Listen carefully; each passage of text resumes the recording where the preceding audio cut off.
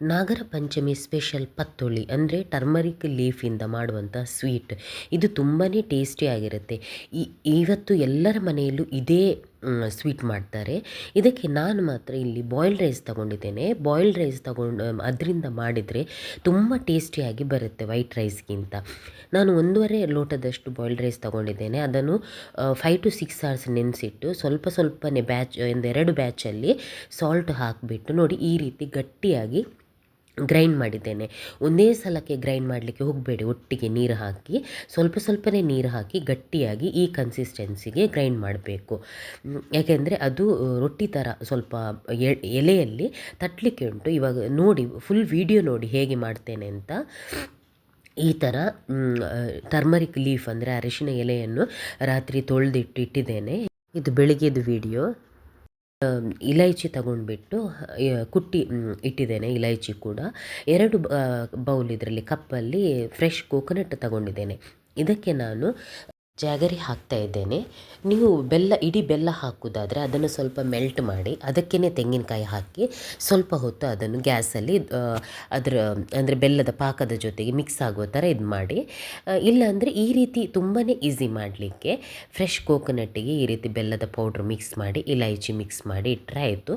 ಬೆಲ್ಲ ನೋಡಿಕೊಂಡು ಹಾಕಿ, ಅಂದರೆ ಇದಕ್ಕೆ ಸ್ವೀಟ್ ಸ್ವಲ್ಪ ಜಾಸ್ತಿ, ಯಾಕೆಂದರೆ ನಮಗೆ ಮೇಲ್ಗಡೆ ಅದರ ಒಂದು ರೈಸಿದು ಲೇಯರ್ ಬರುತ್ತಲ್ಲ, ಸೊ ಒಳಗಡೆ ತುಂಬಿಸುವುದಲ್ಲ, ಆಗ ಸ್ವಲ್ಪ ಸ್ವೀಟ್ ಜಾಸ್ತಿ ಹಾಕಬೇಕು. ನಾನಿಲ್ಲಿ ರೋಸ್ಟ್ ಮಾಡಿದ ವೈಟ್ ತಿಲ್ಲು ಅದನ್ನು ಕೂಡ ಹಾಕಿದ್ದೇನೆ. ತುಂಬ ಚೆನ್ನಾಗಾಗುತ್ತೆ ನೋಡಿ. 2 ಸಪ್ರೇಟಾಗಿ ತೆಗೆದಿಟ್ಟುಕೊಂಡಿದ್ದೇನೆ. ಎಲ್ಲ ರೆಡಿ ಮಾಡಿ ಇಡಬೇಕು. ಈಗ ಎಲೆ ತಗೊಂಡು ಕ್ಲೀನ್ ಮಾಡಿದಂಥ ಎಲೆಯಲ್ಲಿ ನಾವು ಇದನ್ನು ಸ್ಪ್ರೆಡ್ ಮಾಡಬೇಕು. ನೋಡಿ ಎಷ್ಟು ಗಟ್ಟಿ ಉಂಟು ಅಂತ.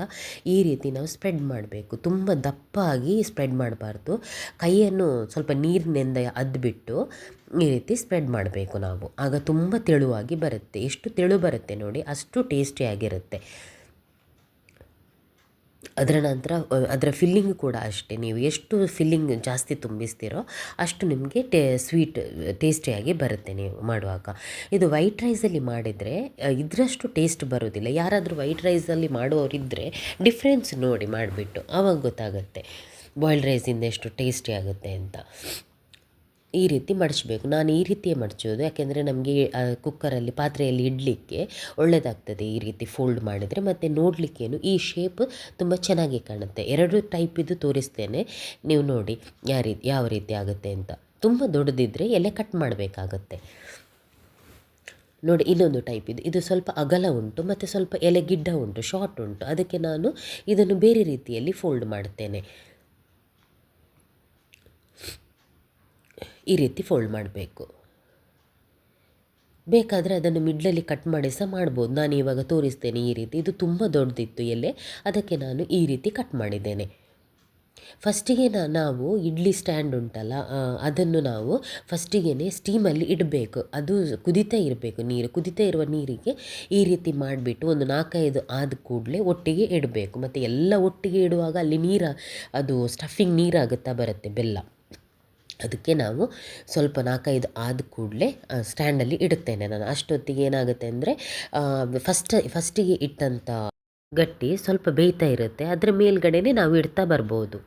ಈ ವಿಡಿಯೋವನ್ನು ಫುಲ್ಲು ನೋಡಿ. ನಾನು ಬೇರೆ ಟೈಪಿದ್ದು ಮಾಡಿದ್ದೇನೆ. ಇನ್ನೊಂದು ಕಡೆಯೂ ನಾನು ಅಂದರೆ ಖಾರ ಕಡುಬು ಕೂಡ ಮಾಡಿದ್ದೇನೆ. ಇದೇ ಥರ ಖಾರ ಕಡುಬು ಕೂಡ ನಾನು ಇನ್ನೊಂದರಲ್ಲಿ ಸ್ಟೀಮಿಗೆ ಇಡ್ತಾ ಇದ್ದೇನೆ. ಅಂದರೆ ಇದೊಂದು ಸ್ವಲ್ಪ ಬೇಗ ಆಗಲಿ ಅಂತ 4-5 ಸ್ವಲ್ಪ ಸಪ್ರೇಟಾಗಿ ಇಡ್ತಾ ಇದ್ದೇನೆ. ನನ್ನ ಮಗನಿಗೆ 6 o'clock ಅವನಿಗೆ ಬ್ರೇಕ್ಫಾಸ್ಟ್ ಕೊಟ್ಟಾಗಬೇಕು, ಮತ್ತು ಲೇಟ್ ಆಗುತ್ತೆ ಅವನಿಗೆ. ಸೊ ಇದು ಸ್ವಲ್ಪ ಜಾಸ್ತಿ ಕ್ವಾಂಟಿಟಿಯಲ್ಲಿ ಇರೋದ್ರಿಂದ ಸ್ವಲ್ಪ ಲೇಟಾಗಿ ಬೇಯುತ್ತೆ ಅಂತ ನಾನು ಅದರಲ್ಲಿ ಸಪ್ರೇಟಾಗಿ ಇಟ್ಟೆ. ಮತ್ತು ಇನ್ನೊಂದು ಸೈಡಲ್ಲಿ ನಾನು ಖಾರ ಕಡುಬು ಕೂಡ ಮಾಡ್ತಾಯಿದ್ದೇನೆ. ನೋಡಿ ಇದು ಸ್ವೀಟ್ ಬೆಂದಾದ ಮೇಲೆ ಈ ರೀತಿ ಆಗುತ್ತೆ. ಅದರ ಎಲೆದು ಕಲರ್ ಕೂಡ ಚೇಂಜ್ ಆಗುತ್ತೆ, ತುಂಬ ಪರಿಮಳ ಬರುತ್ತೆ, ತುಂಬಾ ಸಾಫ್ಟಾಗಿ ಬರ್ತದೆ. ನೋಡಿ ನಾನಿಲ್ಲಿ ಖಾರ ಪತ್ತೊಳಿ ಮಾಡಿದ್ದೇನೆ. ಇದಕ್ಕೆ ನಾನು ಸೋಕ್ಡ್ ಚನಾ ದಾಲ್ ಇತ್ತು, ಅದಕ್ಕೆ ನಾನು ಗ್ರೀನ್ ಚಿಲ್ಲಿ ಮತ್ತು ಜಿಂಜರ್ ಹಿಂಗೆ ಹಾಕ್ಬಿಟ್ಟು ಗ್ರೈಂಡ್ ಮಾಡಿದ್ದೇನೆ. ತರಿ ಅಂದರೆ ಕೋರ್ಸ್ ಗ್ರೈಂಡ್ ಮಾಡಿದ್ದೇನೆ. ಅದನ್ನು ನಾನಿಲ್ಲಿ ಸ್ಟಫ್ ಮಾಡಿದ್ದೇನೆ. ಅದಕ್ಕೆ ತುಂಬ ಚೆನ್ನಾಗಿ ಸಾಫ್ಟಾಗಿ ಬಂದಿದೆ. ಇದು ಕೂಡ ಬೆಳಿಗ್ಗೆ ಸ್ವೀಟ್ ಅಷ್ಟೊಂದು ಇಷ್ಟ ಆಗೋದಿಲ್ಲ, ಅದಕ್ಕೋಸ್ಕರ ಖಾರ ತಿಂದ್ಬಿಟ್ಟು ಮತ್ತು ಸ್ವೀಟ್ ತಿನ್ನುವ ಅಂತ. ಹೊಸದಾಗಿ ನೋಡುವವರು ಪ್ಲೀಸ್ ಸಬ್ಸ್ಕ್ರೈಬ್ ಮಾಡಿ, ಲೈಕ್ ಮಾಡಿ, ಶೇರ್ ಮಾಡಿ. ಥ್ಯಾಂಕ್ಸ್.